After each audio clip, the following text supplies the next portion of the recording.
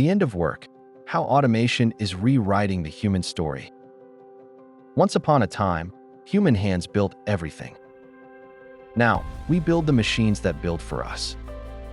From factories to financial markets, automation has become the quiet architect of a new civilization, one where the value of human labor is being rewritten by algorithms. This is not science fiction. It is already happening. And the question is no longer, can machines replace us? But it is what happens to human purpose when they do. Automation began with mechanical strength, the steam engine, the conveyor belt, and the industrial robot arm. But today's revolution is different. Machines are no longer just faster, but they are smarter. AI systems now write code, diagnose illnesses, compose music, negotiate contracts, and drive cars. In 2024, Goldman Sachs projected that the world could automate 300 million jobs. White-collar work, once thought safe, is now on the line. The result? The boundaries between human and machine labor are dissolving. In factories, robots never tire. In offices, algorithms never sleep. And slowly, the economic system built around human productivity is beginning to tremble. We were raised to believe that work measured our worth. The phrase, "what do you do?" became the shorthand for "who are you?" But what happens when work, our social anchor, no longer defines us? Automation offers efficiency, but it silently erodes the psychological scaffolding of modern life. Humans crave purpose, not just income. We want to matter. Yet as AI performs tasks faster, cheaper, and often better, millions face an existential void. If machines can do everything, what are humans for? Economists call this technological unemployment. Philosophers call it the collapse of meaning through progress. It is the paradox of the 21st century.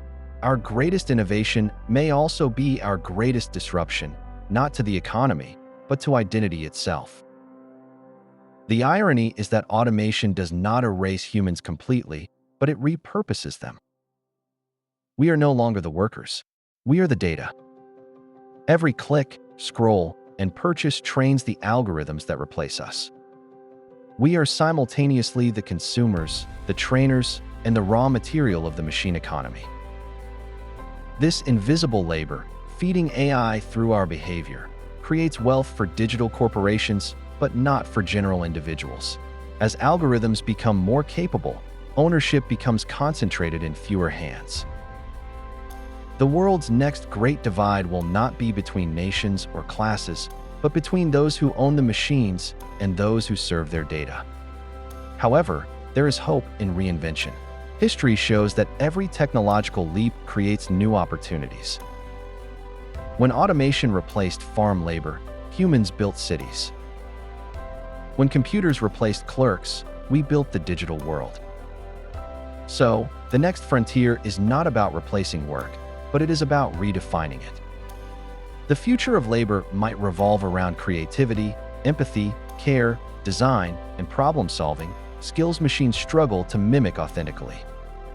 But adapting to that future requires more than res-killing. It requires a cultural shift to decouple human value from productivity. So, maybe the next revolution is not industrial, but it is philosophical. Automation forces us to confront a deeper truth. If survival no longer depends on labor, what gives life meaning? Will humanity embrace leisure, art, and exploration, or drown in purposeless comfort? Will societies invent new moral economies, universal income, shared ownership, or digital commons? We stand at a crossroads between a world of abundance and a world of alienation. Machines may take our jobs, but only we can decide whether they take our story. The end of work is not the end of humanity. It is an invitation to redefine what it means to be human in an age where creation no longer requires our hands, but still needs our hearts.